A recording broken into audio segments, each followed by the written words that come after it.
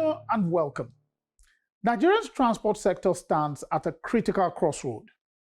Roads remain dominant but very overstretched. Rail is expanding, yet faces challenges. Aviation is on the path to recovery, and marine transport is undergoing reforms. With a population approaching 250 million, rail is expected to become the backbone of Nigeria's transportation system, delivering safe, affordable travel for passengers and efficient cargo movement across the country.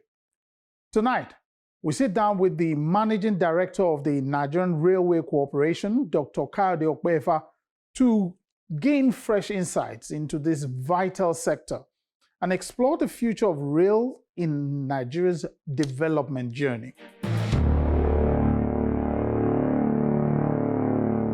Well, thank you for being here, MD. I know we've tried to make this work for some time, but I'm happy we're here today. God time is the best. Yes. Let's start from an overview. If you were to give us an overview of the Nigerian Railway Corporation right now, what will it be? You cannot discuss an overview of the Nigerian Railway Corporation without discussing the Nigerian nation and the Nigerian rail system.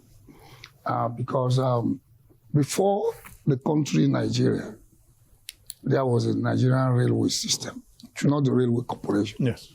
And from 1898 to 1912, the colonial masters started the railway system for their own interest. That is to move agricultural products and agricultural and mineral resources from different parts of the country through Lagos and Port Harcourt, through the Western Corridor and what we call the Eastern Corridor. The Western Corridor is the Lagos to Kano, through Niger, Kaduna to Nguru, and Kaura Namoda. And then you have the Eastern Corridor from Port Harcourt through Aba Enugu to Maiduguri. And it started with the amalgamation, just like you have a position of North and South in Nigeria, with amalgamation of two different rail systems. The Lagos Rail Company that runs from Lagos, Abeokuta, and Ibadan, and the Kano Baro Line Company that runs from Baro in Niger, current Niger State, to Kano. These were private. There was no government, private. Government then was... There were companies. So government itself was a business concern. So more so they are like private interests and at the same time, a colonial master interest. And that gave back to what started at the railway system in Nigeria. And between that period, 1912, came 1914, amalgamation of Northern Southern Protectorate.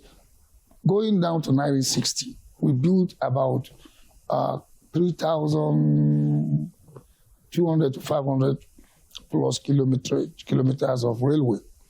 And funny enough, when we came into government, independent government from 1960 to, let me say, like another 60 years, so about 2000, we probably didn't do much than just running on those things. However, sometimes around the, when we are undergoing the regional government, the Western region, under Chief Obafemi Awolowo, made a loud call to his colleagues in the other regions that they should come together to develop a more robust national rail system. And that was around the 60s to 70s. Awolowo suggested that we go and start doing standard gauge. So as far back as then, it's not as if we don't really know what we need to do. We know, but there was no political will. Awolowo was not at the central government, and he knows a rail within a region is not what was then rail. Rail was then more of industrial manufacturing and the moving of minerals and heavy goods.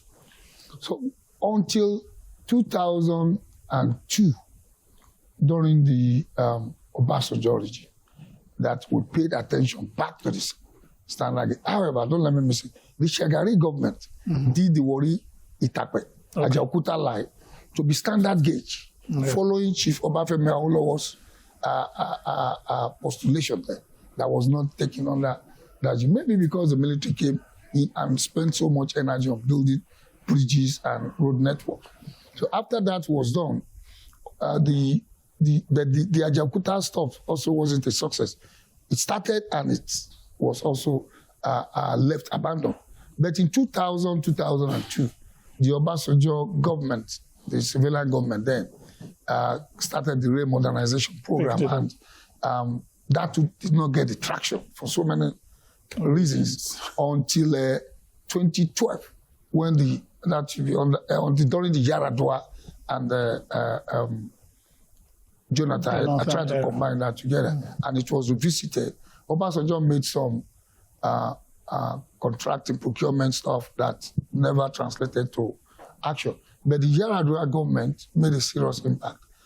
The Yaradua government improved on the locomotive strength. Don't also forget there was a time we brought the Indians to also come and manage the rail, and there was a lot of progress because the Indians got 100% of whatever they needed. Wow. And that's what we need to learn from today. If you give what the Nigerian railway system requires to operate, you will see a rail system. But if we keep giving 10 is needed, you give 1, manage it, you won't get any good results. Because that's not the way rail and especially transport system works. It's a system. And if it is not completely funded appropriately, you will have hiccups. So the Indians did a lot of work also in the 80s until Nigerian railway went bankrupt. And it was eventually revived again. So after Yaradua attempt to bring back the rail, there was hope. And the Jonathan government continued by awarding the Abuja, Kaduna, and the Lagos. Abuja, Kaduna was awarded, and the FCT government then under Senator Alero, who was former governor in, I think, Kebbi State, now awarded the Abuja Rail Mass Transit Program, even though the paperwork started with the Obasanjo government. So we started the era of standard gauge. So eventually, the biggest input was during Buhari government. So all these abandoned projects, the Buhari government took the abandoned moribund Wari Itape, completed it, changed it from ordinary cargo to cargo and passenger. It took the Abuja Rail Mass Transit System under Minister Momodu Bello. I was the Secretary of Transport then in FCT, completed it, commissioned it. Then Buhari also went to the Abuja Kaduna line, took it, completed it. Started the Lagos Ibadan line, started it, completed. But the Lagos Ibadan line, Itato, was part of the Lagos Kano project of the modernization program. And Buhari did the Lagos Kano. But the Ashwaju government now completed the Lagos Ibadan into the port. And also, Buhari government started the Port Harcourt Maiduguri, took it to Aba uncompleted. Ashwaju government, the current government, completed it also. So between the Buhari and the Tinubu government, you can see that the rail actually came back to life. And beyond that, the Nigerian Railway Corporation itself also went through a transformation between 2010 and 2012. Under the 25-year strategic plan, there was the thinking to take the railway from the civil service system. So, entire leadership system was changed. A managing director was brought from London. Director of operation brought from London. Which year was that? That was 2012. Okay. The managing director came around 2010 or 2009. They now headhunted for people who are working, Nigerians, working in the rail sector, and some people from the private sector. The current managing director for railway properties came from Dangote, and people came from different areas. And the young ones who identify as high flyers were also given double, triple promotions. It was an end-hunting period. So that was another moment of high point. And many of those guys are still in the system. Still around. However, over time, the funding remains for Nigerian Railway Corporation just about the same thing, an average of moves from 8 billion to, let me say, an average of about 11 billion annually, which ordinarily cannot sustain the operation of the magnitude and the type of rail system we hope to, considering that we're undergoing modernization and expansion. So where we are now, this administration in 2023 took off from the Abuja-Kaduna line, which at inception was running with 2 train sets, 3 train sets, now running at 2 train sets after the bombing. Okay.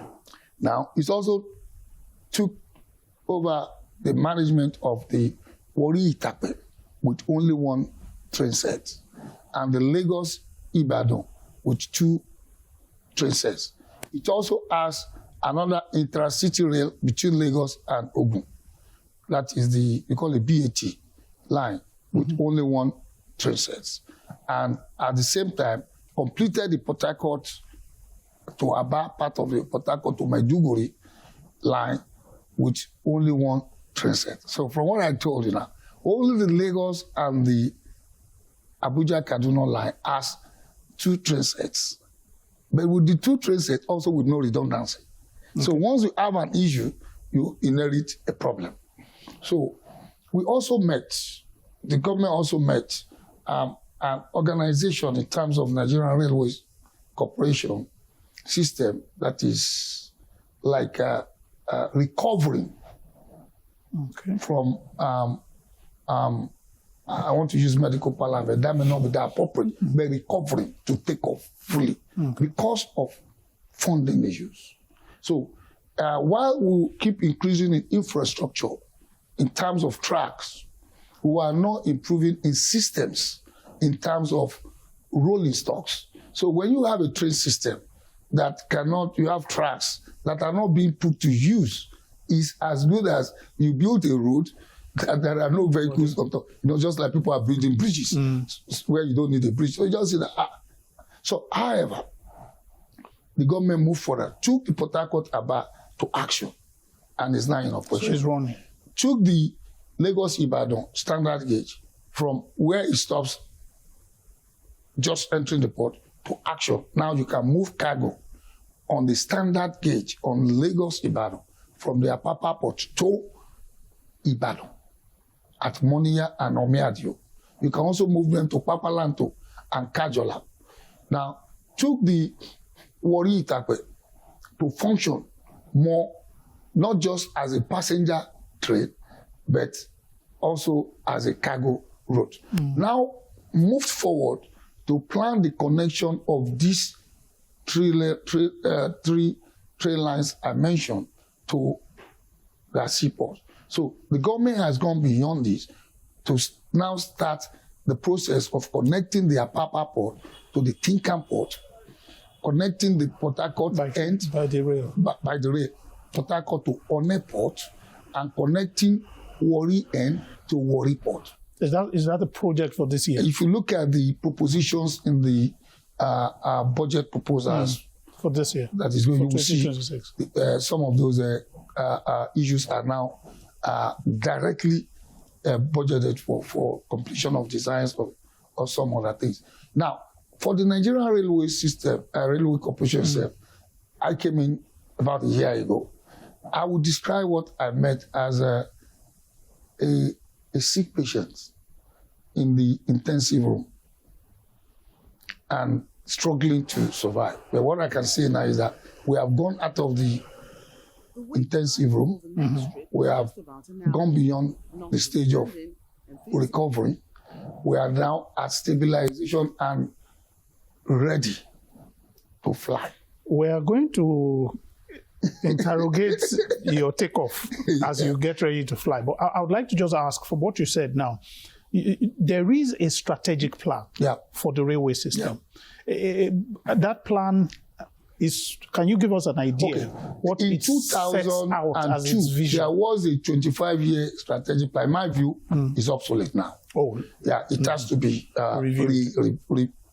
reenacted this year unfailingly, because it's supposed to expire in 2027. There was a 25-year plan as at 2002, and it's still what we are running on. But I think on paper, but in actual fact, we have gone out of it, because it has 4 phases.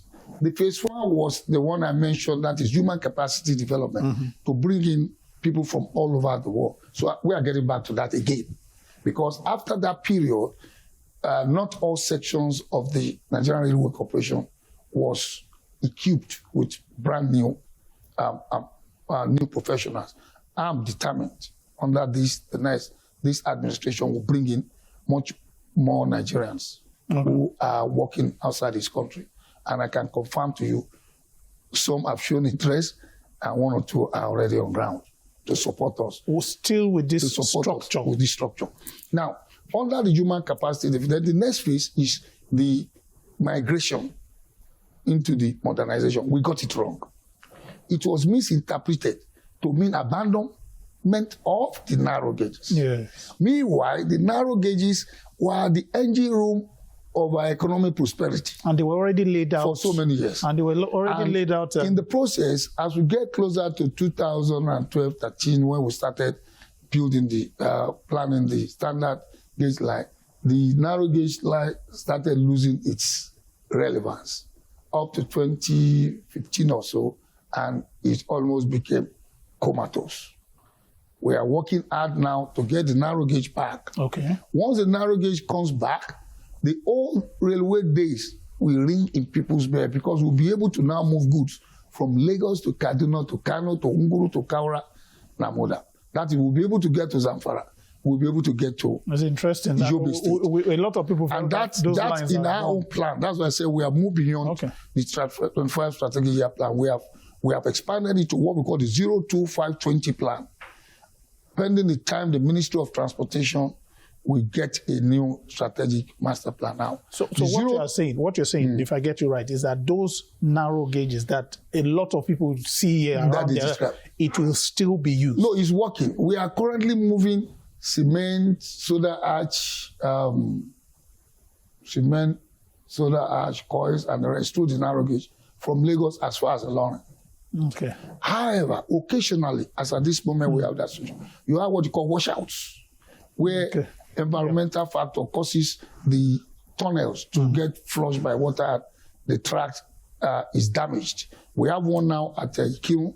We just fixed one at Oshobo that was preventing us from getting to Oshobo.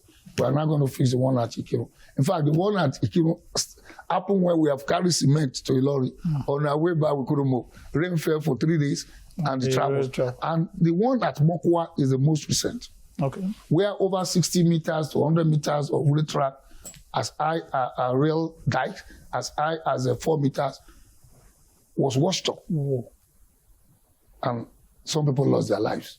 And that also limited our capacity to go beyond Niger State. It came at a time the Niger State government was already investing in taking up that track and so many warehouses to start moving. It was a devastation.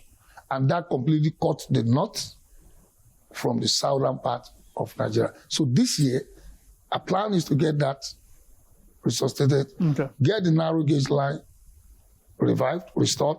That will take just 3 to 6 months. But during this period, the line will be moving it from Oshobo to Ilorin, Ilorin to Jeba, Jeba to Mena. And as we move, the goods will be moving. In fact, if it is to talk about the quantity of interest, you will just imagine that a lot of trailers will be off the road. The situation where trucks are stuck at Mokwa, stuck at Jeba, stuck in Niger, stuck at Mena will disappear. Okay, so let me understand this. the narrow gauges were already there. Yeah, they're still there. What of the trains themselves? Okay. The locomotives, the locomotives, for years. the wagons. In the last 1-2 years, we have revived so many of those locomotives to work. The corporation revived them. Our engineers are capable. They are competent. I'm talking of engineers and the artisans. They have revived so many, and those that are got in during Yaradua, some of them have been revived. And if the funds are there, we can revive as many as 30 that will work perfectly. The one that was bombed during the bombing in Kaduna was revived by our engineers. The track was restored by our engineers. The one that was involved in the Asham incident and the Warita coincidences have been put back to action by engineers. The tracks have been put back to action by engineers. So what I'm trying to say is that is on the Western Corridor. On the Eastern Corridor, the story is different. The government had completed the rehabilitation up to Aba, and the president promised and made it public that he would take it to Enugu.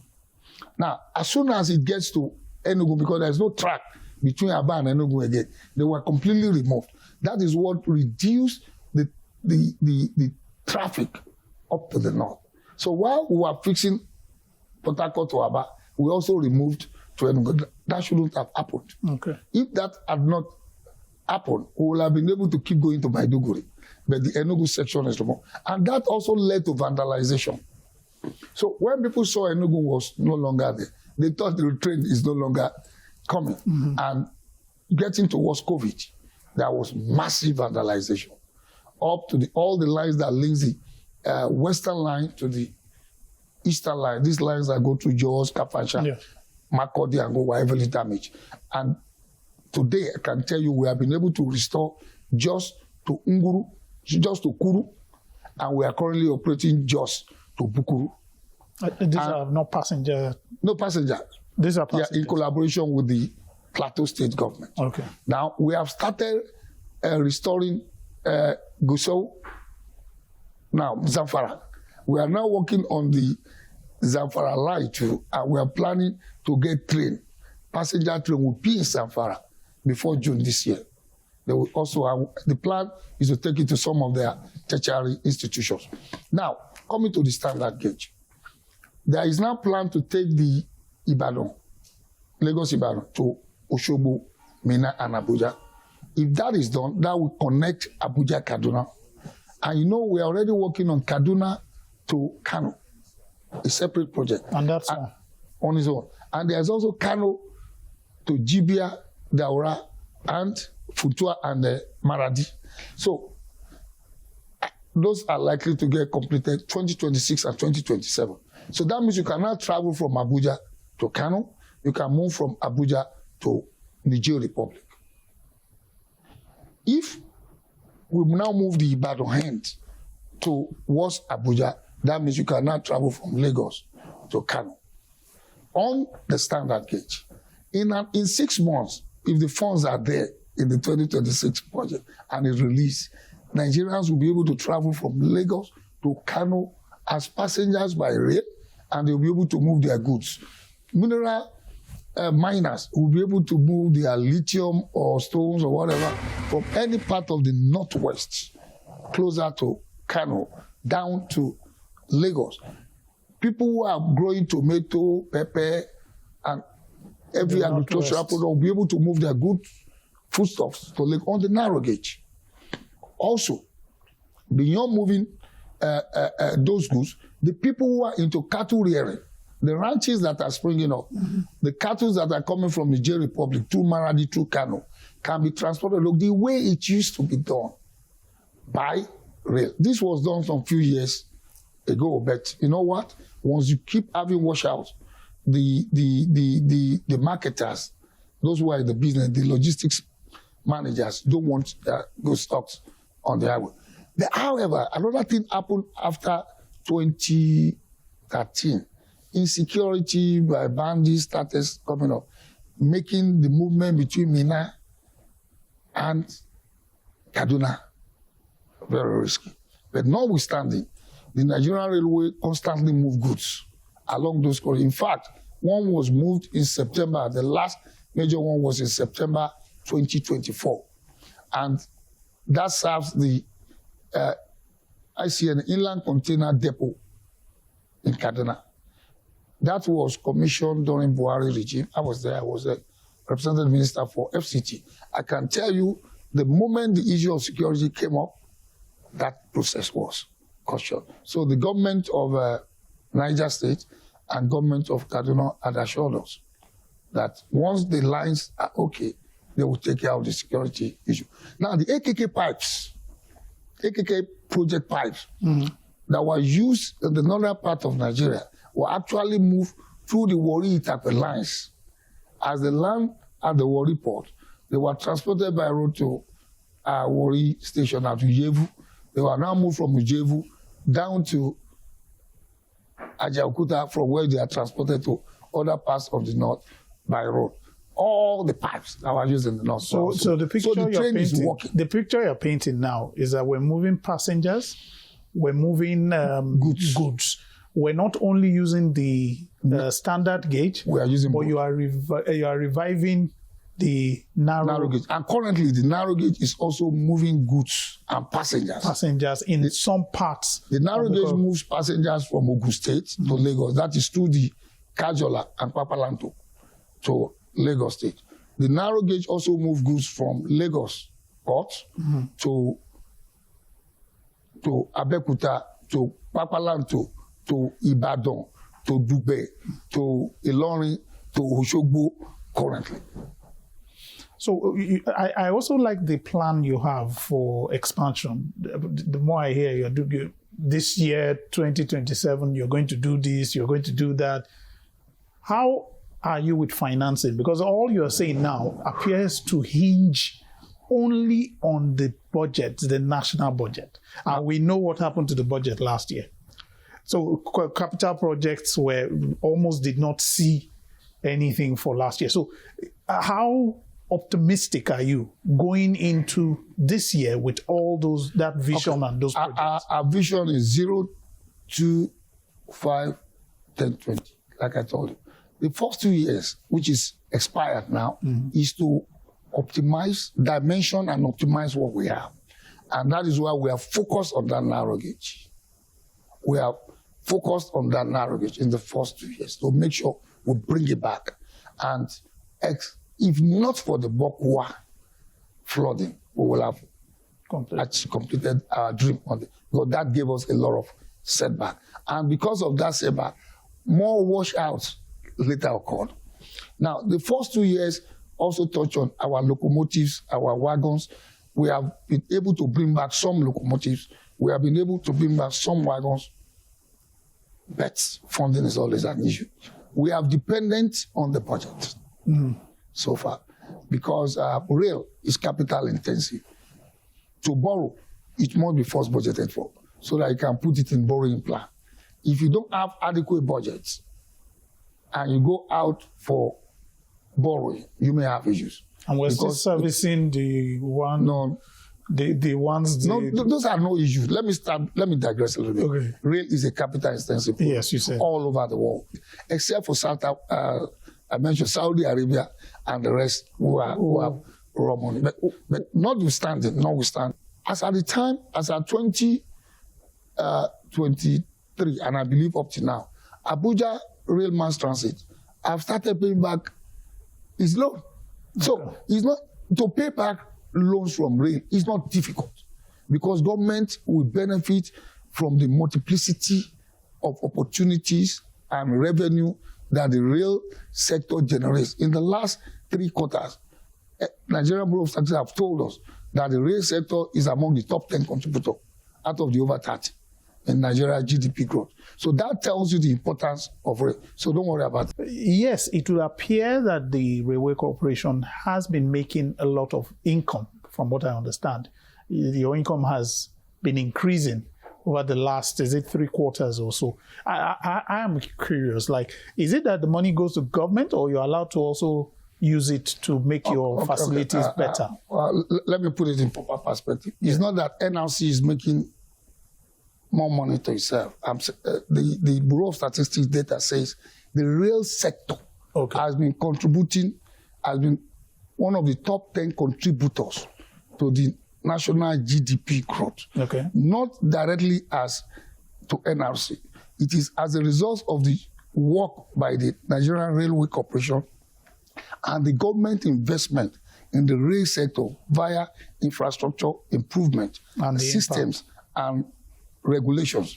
So more companies are taking advantage of the rail sector to do their business. More Nigerians are taking advantage of the rail sector. Does that translate to more money? No, it translates to more money to NRC, and also more money to government, and also more money to the various individuals, entity, and corporations. So I'm asking about the money coming to the NRC. In the case of the one coming to NRC, our money goes into the consolidated revenue fund. So you don't have access to use it? We use our money as directed by government, and the government has been very generous. Beautiful. Now, and we also give them much more than we even make. We make. The government funds us much more than we make because we are a social infrastructure. We belong to the social infrastructure sector to make the economic infrastructure sector move well. Now, the issue of funds that you make moves me towards ticketing. Now, it appears the Railway Corporation had done a big leap from when before they used to do ticketing with just paper. You've now gone digital. How are you handling the challenges arising from that? Because we still hear people say it appears there's a racketing going on in that sector. Yeah, with every new innovation, the criminals also develop their own way out of it.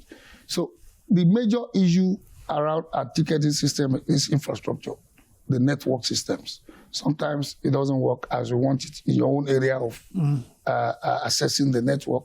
Then two is the issue of those who are used to racketeering the old analog system, who also profited from the initial digital system. Also those who are specialists in cyber crimes, they still find them. However, we came, I think it's just about 1 or 2% now.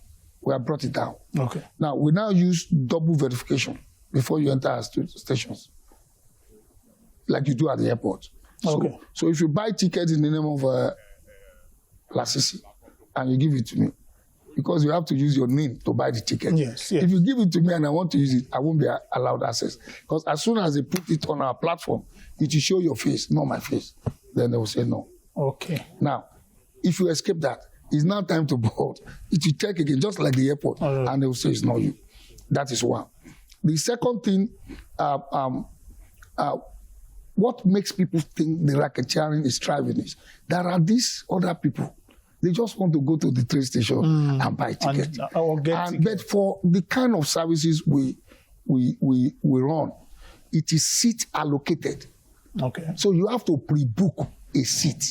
So you can't, if the space is there, you can buy at the station. Some still buy at some of our stations. So people believe they can. So when they get there, they can't get seat.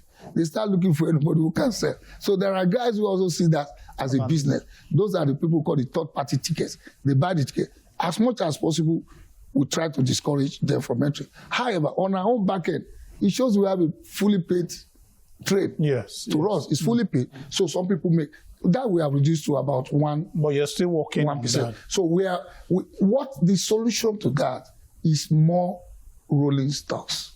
If we have more redundancy, more capacity to move more people, and we move trains frequently. So if you miss the 7 o'clock train, you have a 9 o'clock train. So you will wait and you will buy your ticket properly. You won't go to the top. So it's a case of demand and supply. But that also infrastructure, like you're saying, the networks, all those. So the providers are private sector providers. They are improving. Now they've introduced wallets. So they've introduced so many innovations. Does the Railway Corporation have a feedback mechanism whereby you people can get, or the people at the top, at the management level, or that can get feedback. I won't lie to you. Get feedback from the people who use it. I won't lie to you. Upon resumptions, I didn't meet any customer service desk.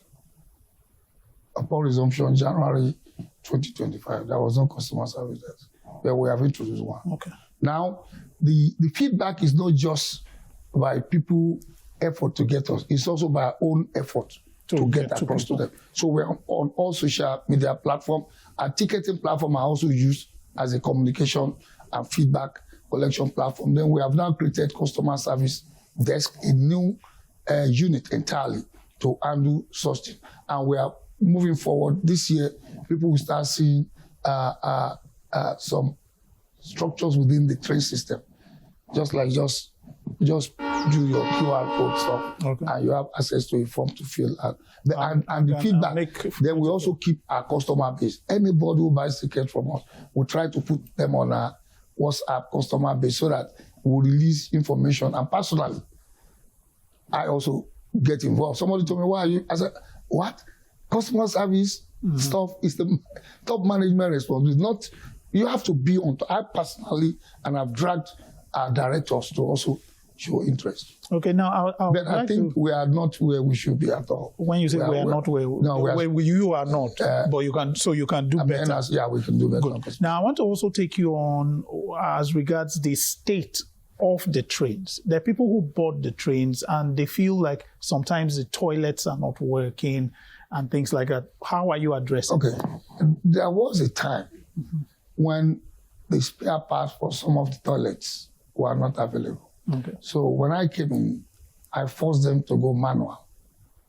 And eventually, we got the parts. And right now in Lagos, Ibadan, Abuja, Kaduna, if there are 100 toilets, let me say 50 toilets, not less than 48 should be working.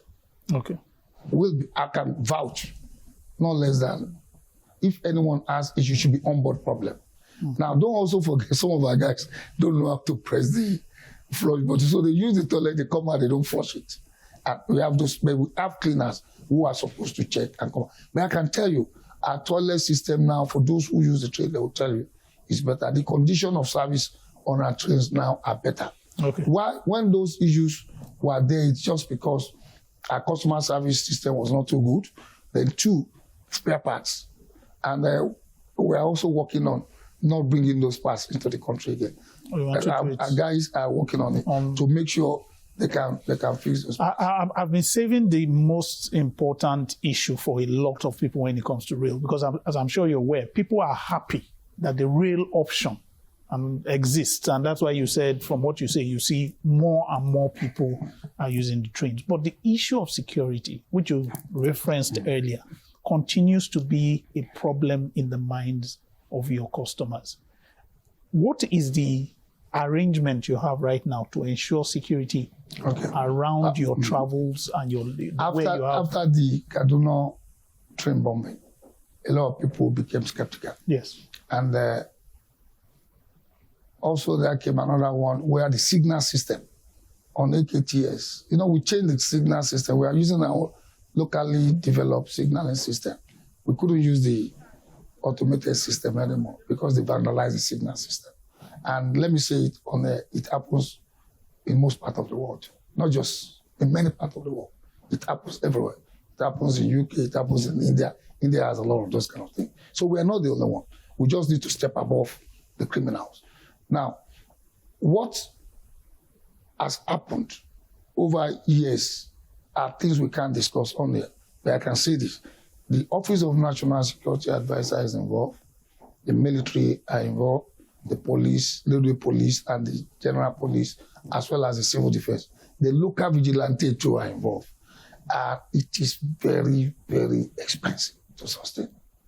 It will be better if those issues are not there, so that you can put those resources to something more. So it's to appeal to communities where train passes through. And I give kudos to the community along the Lagos Ibadan axis, where you have relatively less vandalization. But on the Warri Itakpe, it's like every day. Something goes. Within the last 6 months, we have fixed almost every kilometer of that track for vandalization issues. Every community thinks they have a right to just go and take one or two things out and live on it. Or if it's not the community, they are not taking charge to protect. I'm sorry. Let me modify the way you said it. Yes. The community needs to take control of those things. Now, what we have done, which is to engage the community leadership to provide the security. The security after in those days used to be what they call gang and lensmen.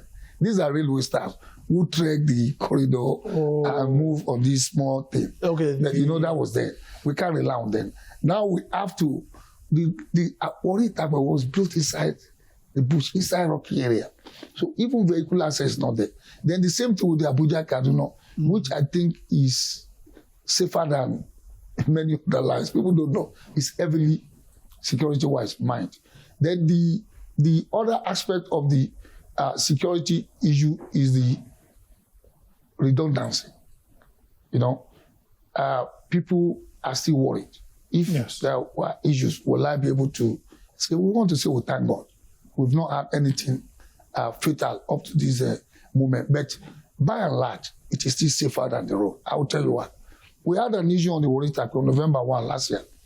And we offered the people 10,000 naira to take them to the garage in Agbo to take vehicle to Warri. They refused. Majority refused. They said they would rather wait for us to fix the line that was vandalized. Since you assured them that you fix it. We actually fixed it. We fixed it. Eventually, a lot of them still moved by the train. Okay. Because, and let me say this, for every vandalization on our track, we don't allow it to stay 12 hours. Just yesterday evening, at about 5 p.m., I got signal again from our local vigilante that somebody attempted to steal something at Idanke. That should be Edo. And based on the community alert they created, they went there, the people ran away, and they have video of the 3 knots that were removed. By the time I'm talking to you, it's been fixed. We had a situation where the track was vandalized by around 12 midnight. That was on social media. By 8 a.m., the train moved because our men moved in at 5 a.m. and got it fixed. So you're doing all you can to make sure the track is safe. So for your message to Nigerians on the issue of security on the rails is that you are doing the best. We are doing the best that we should do. And we need their support. Okay. Especially the communities where this train passes. I will tell you the case of Ajokuta and Itape. At the point, we wanted to stop getting to Itape for security reasons. You know what the community told us? We dare not try it. But the economy of that area is dependent on the train station. So that is how important. If you look at Agege, Papaland, to all those areas, it is the rail economy that actually, among the security thing we did is a 5-year plan to go electric. We'll start going electric. If we put electricity on the track, it will, 1, discourage vandalization. 2, we are also bringing in digital systems now. Very soon, we will start seeing some digital systems on our track, at least to alert and to create. There are so many we are looking at. Then in the next 5 years, we're going to start talking of the electricity and the expansion. And the government is going to make heavy investment in expanding the trade to complete the Lagos, Kano, complete the Port Harcourt, Maiduguri, complete link Ajokuta to Abuja, so that people can now travel from south up to Abuja, and from Abuja they can find their way. Then we're also reeling with the states. Lagos State is reeling with us on the red line. Plateau is reeling with us on the Jos Bukuru line. Ogun State is about to start reeling with us. Zamfara is on his way to rail. Niger State is on his way to rail. Kaduna State is on his way to rail. So we're also encouraging the state government to use these assets. It's the assets. It's Nigerian asset. We're also having private sector individuals who are now getting licenses to run on the train. CCC Nigeria Limited, not CCC China. CCC Nigeria Limited also has a license. So they are moving cargo. You are opening the door down for private. All about 28 logistics companies are also on the logistics side, moving goods from Apapa Port, APMT, and the ENL terminals. But wait, let me get to what you're saying here now, because you are the only one. It's your rail. Are you saying you are going to allow them put their own track access? They have a license to use our track. Okay, so they can get their resources to bring in locomotives and rolling stock. And we will give you our track for 1 naira to use. Lovely. So that Nigerians, if you put these tracks to use, it works for the economy. Standard of living will improve. And that is why we are open. We call it track access and the licensing system. Okay. And I can tell you just a few weeks ago, some people have grabbed those licenses. And especially the Warri type, but there are many people who are interested. And our real charges are reasonable. They are heavily subsidized by government. Mm-hmm. From Abuja to Bayelsa or to Warri will have cost something around 35,000 naira by road and many hours. You know what the transport company does? They take you from Abuja, takes you to Itakwe, mm-hmm. and then ensure that you have a ticket to go to Warri, and from Warri they take you to Bayelsa, and everything comes around 10,000 naira. And you get there faster, you get there more relaxed, you get there fresher, and you save over 50%. That is what our train system offers. It is more secure, it is safer compared to the... But can still be safer. No, we want to make it safe. I want to get it right. Yeah, we can do better. I think that's what a lot of... those are things I can't discuss what is going on. Very soon we are bringing... Don't let me say that. Okay. We are doing so many things and we are bringing the best of technology. From where you sit, because I know from your experience, you've been into transport, you've now taken on this duty for the rail system. If you look like this 5 years that you're giving, I know you've mentioned the issue of the electric trains and also electric rails. But what else do you see? What are what's the vision you have for this sector? We have completed concept to use LNG. We have demonstrated, we have used it for 1 month. So as soon as we get gas systems, yes. So that corridor we have chosen. Which corridors are? Is the Lagos, Ibadan, and the Warri type where you have gas. As soon as we get all the regulatory issues resolved, we'll power it we'll use the gas to generate electricity, power it, and then we start moving gas products. That's one. Then in the next 5 years after that is from now, the next 8 years, we hope to double the length of tracks in Nigeria. We are currently at about 4,000. We hope to get to 10,000. That's what we meant by 2, 5, 10. Okay. And by 20 years, another 10 years from that, that is 18, 20 years from now, to move the number of tracks in Nigeria to about 20,000 kilometers. And don't forget the high-speed rail project is all going through the private sector. So our doors are open to the private sector for concessioning, for partnership, for whatever. And government is available to provide you sovereign guarantee for your investment, as it is done all over the world. So the rail system, the rail sector is open. Our budget alone cannot fund it. Mm-hmm. And worldwide now, budget is not the only options. Investors are coming in. The speed rail that we are engaged in now is entirely private sector that is open to bring in billions of dollars into our economy. So if you want to invest in rail, please approach us. There is a lot of things government have in store in terms of guaranteeing your investment, and you will never regret it. So I'd like to thank you very much for spending time with us and giving us all this information. We'll be looking forward to the implementation of this vision. Thank you so much. Thank you, sir. That's great.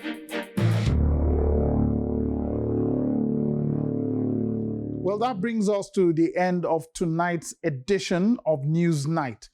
We want to hear your views, reactions, and your questions. Connect with us on all our social media handles or send us an email. If you missed any part of tonight's discussion or would like to revisit our previous episodes, head over to our YouTube channel and catch up on the episodes that matter most to you. Thank you for being an essential part of the conversation tonight.